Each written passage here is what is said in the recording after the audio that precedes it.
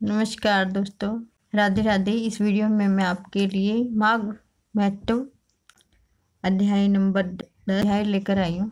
कृपया करके इसे ध्यानपूर्वक सुने। अगर आपको अच्छा लगे तो मेरे चैनल को लाइक और सब्सक्राइब करें। यमदूत कहने लगे कि हे वेश्या, एक बार भी गंगा जी में स्नान करने से मनुष्य सब पापों से छूटकर अत्यंत शुद्ध हो जाता है। जो गंगा जी को दूसरे तीर्थों के समान समझता है वह अवश्य नरक हो जाते हैं। भगवान के चरणों से उत्पन्न हुई गंगा जी के पवित्र जल को श्री शिवजी अपने मस्तक पर धारण किए हुए हैं। वह गंगा ब्रह्मा जो संदेह रहित प्रकृति से अलग और जो निर्गुण है, ब्रह्मांड में उसकी समानता किसी से नहीं हो सकती। गंगा जी का नाम हजारों योजन दूर दूर से लेने वाले नरक को नहीं जाया करते। इसीलिए मनुष्य को अश्वमेध गंगा जी में स्नान करना चाहिए।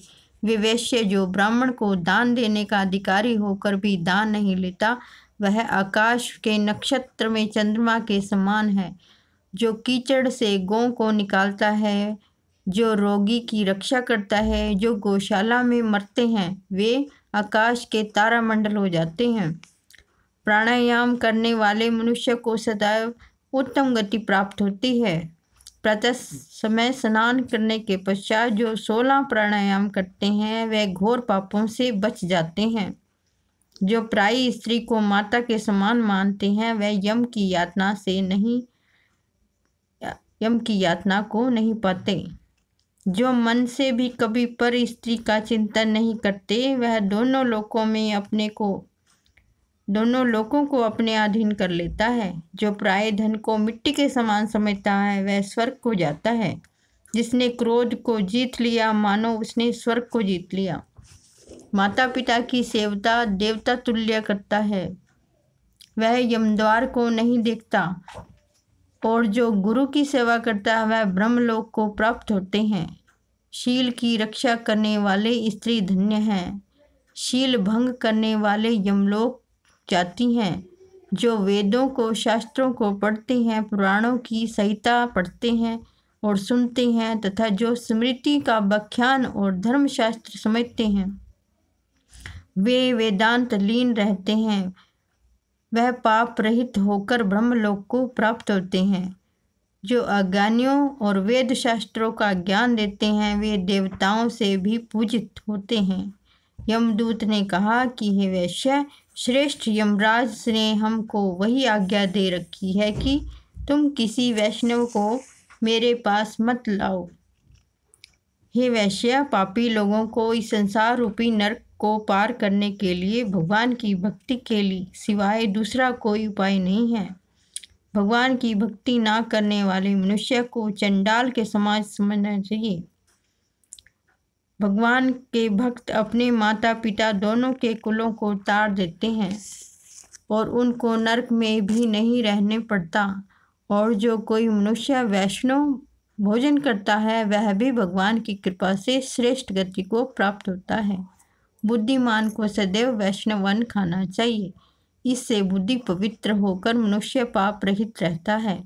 गोविंदाय नमः इस मंत्र का जाप करता हुआ जो मनुष्य मृत्यु को प्राप्त होता है वह परमधाम को प्राप्त होता है।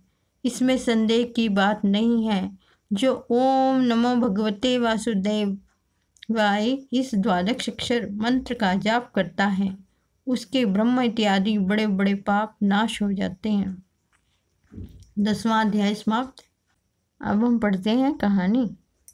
एक मेंढक मेंढकी थे। मेंढी सटक विनायक करती थी और गणेश जी की नाम सिमरती थी। वह देखकर मेंढक कहने लगा कि तू रोज पर पुरुष का नाम लेती है। यदि आज से गणेश का नाम लिया तो मैं तेरा सिर फोड़ दूंगा। मेंढकी के सुमिरन करना बंद कर दिया। गणेश जी ने अपनी माया फेरी। एक राजरानी की बांदी पानी लेने गई। उसका मटका लाकर चूल्हे पे चढ़ा दिया। धीरे धीरे पानी गर्म हुआ। मेंढक मेंढकी अब तो चिंता हो गई। वो पानी में ही बैठे थे। मेंढक ने कहा, मेंढकी अब तो मर गई। अब तू ऐसा कर, गणेश का सुमिरन कर जिससे ये हमारे गणेश भगवान हमें इस संकट से मुक्त कर दें। मेंढकी बोली, पहले तो पुरुष का सुमिरन बताकर छुड़वा दिया था। अब संकट आने पर वह पुरुष सही लग रहा है। मेंढक ने कहा, यदि इस संकट से हम छूट जाएं तो दोनों ध्याया करेंगे। फिर विनायक जी ने कहा कि अब समय निकलने पर कुछ फायदा नहीं है, अब तो दोनों मरेंगे। रास्ते में दो सांड लड़ रहे थे। लड़ते लड़ते वह उस दासी के घर में घुस गए। मटके को टक्कर लगी, मटका फूट गया।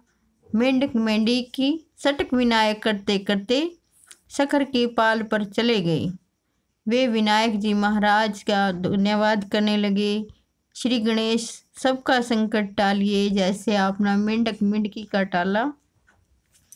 और वे दोनों ही गणेश को ध्याने लगे। ओम श्री गणेशाय नमः। ओम श्री गणेशाय महाराज की जय। धन्यवाद दोस्तों।